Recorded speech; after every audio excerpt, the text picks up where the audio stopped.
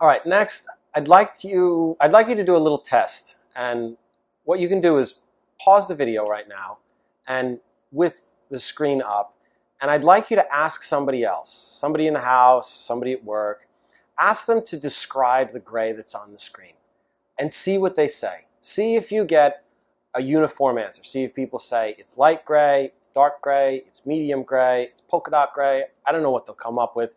It'll be for you to figure out. But what you will notice is that everybody won't give the same answer.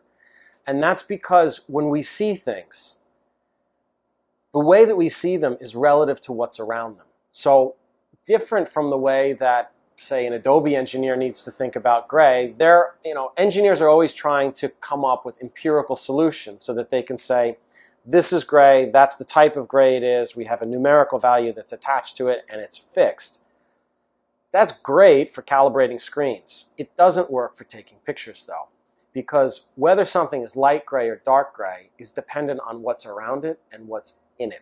So when we look at this, which might be described as a light, medium light gray, when we put a white square on top of it, the white makes the gray dark, because in relationship to that white, that gray is now dark. So now it's a darker gray. And that flexibility, that relative component of what you add inside of a frame changes it, really makes a huge difference, because what it allows you to do is your background, you can actually change that background. You can make a background lighter or darker depending on what you put in front of it. And this is sort of the core of how you would build up layers inside of a photograph, because you would want multiple layers, each layer having good figure to ground, and also for the figure to ground probably to diminish as it moves into the background, so that the intensity of contrast would be the strongest in the most important figure, and then fall off a little bit in the secondary figure, and then get to the third figure. So if we swap the white rectangle and we put in a dark gray one, now all of a sudden that gray field looks light. So it's changed. We go back to the white, we say, okay, that's a dark gray. Now we switch it, and now it's a light gray. So to just understand that there aren't any, there's set white. If it's blown out and it doesn't exist, yeah, that's a limitation. And if it's dead black and you can't get any information out of it, that's another limitation. But everything in between there has a level that is flexible. So what happens then if you have a subject that has really strong light and a really strong dark, and you have it up against a medium background? Well, in most cases, you found yourself a solution. You found yourself a pretty clear, easy to read photograph. And it's a good place to start. It's why all artists start on white paper. They don't start on a patchwork of things with a background painted in that they then add, elements to. It's too confusing. So we want to really pare things down, because once you go through this, it becomes really easy. It's like scales on a musical instrument. Once you play the scales enough, you don't have to look at your fingers anymore. You can just play it by heart. So all the things that you'd like to respond to automatically, these are some of the grammar, some of the framework that you're going to operate in. Now, one thing that we're going to have is that unless you are woefully colorblind, chances are there's going to be color in front of you. So whether you have a JPEG preview set up on the back of your camera, or if you're shooting the camera and what you see on the screen, or you're shooting film, if it's color, in most cases we're going to look at the world in color. So we're going to have to extract the color mentally to be able to understand the values, because color and value, they're going to go hand in hand, but we want to really practice the value first, because color and value can be confusing when they're mixed together. So this is an example by Joseph Albers, and what he's trying to show here is that the X's in the frame are the same value and they're the same color.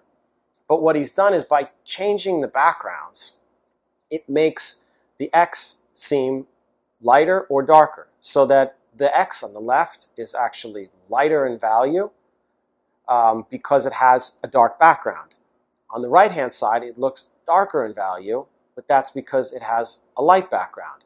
So by changing the background or by changing the subject, all of this stuff is flexible. And you'll see at the very bottom, where the bottoms of the X's connect, you can see that it's actually the same color and value, and those X's are identical. And this is something that, like, when you see it like this, maybe it's for the first time, maybe you've seen it before. Once you see it, and then you see it again, it will start to sink into your mind so that you become aware of it, and then you can anticipate it when encountering it in real life. The next example, when we look at these, and you can take the same person you asked about the gray, and you can have them look at this, and you can ask them if they think the center squares are the same. Are those two browns in the center of those squares identical, or are they different? The answer is that they're the same. Because the one is on a light blue background on the left and the other one is on a darker brown background on the right, it makes them appear different, but they're actually the same. So I had recommended in the last episode that you get a value step card so that you have a paper card so that when you make prints, you can actually put it against it and see. It's a little tougher to do against a screen because the screen's backlit and the paper's not.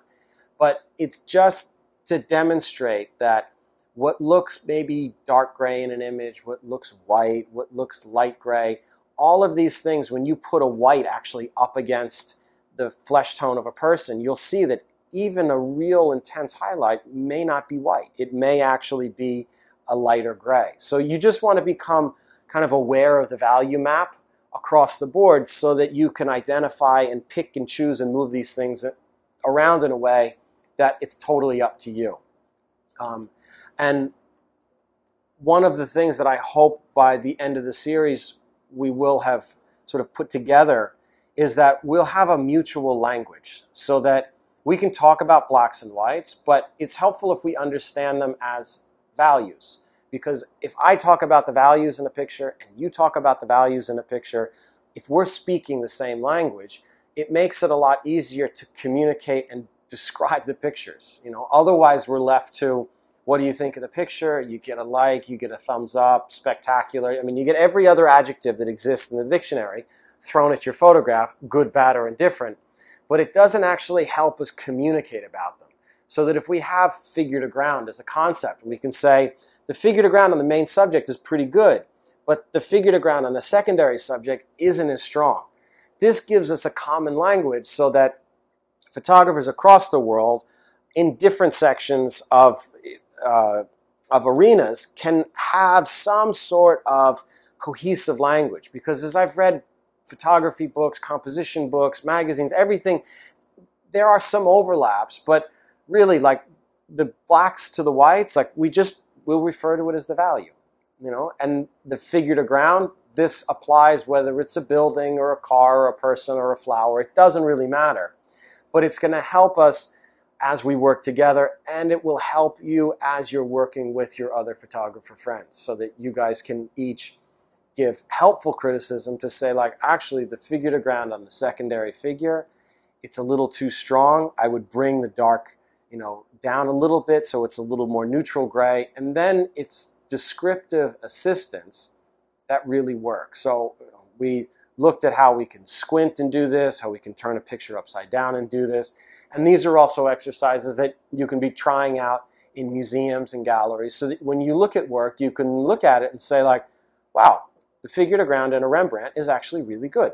It's really strong. It's well placed. I understand that the light is on the subject. It's not on the background element. Maybe it's distinctly on a hat or a hand or something that allows the eye to move around the frame. And then you could look at another, you go to the contemporary photography wing in any, major institution, and not everything's going to be great. I mean, in fact, some of it you probably scratch your head and wonder, like, how is this even in a gallery? But by having a vocabulary to describe the work and what the work's doing, not whether we like it or not, becomes kind of irrelevant. It allows you to be able to say what the work is doing in terms of its function, how it's doing it, and really why that's important.